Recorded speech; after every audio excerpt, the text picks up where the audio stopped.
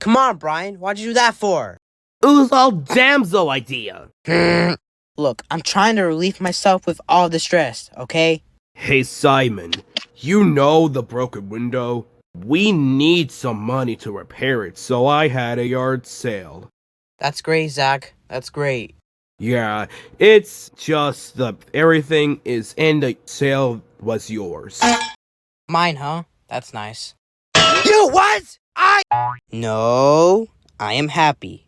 Good, because I sold your clothes, your TV, your lava lamp, your bed, your movies, your photo albums, and all the childhood toys you used to play with.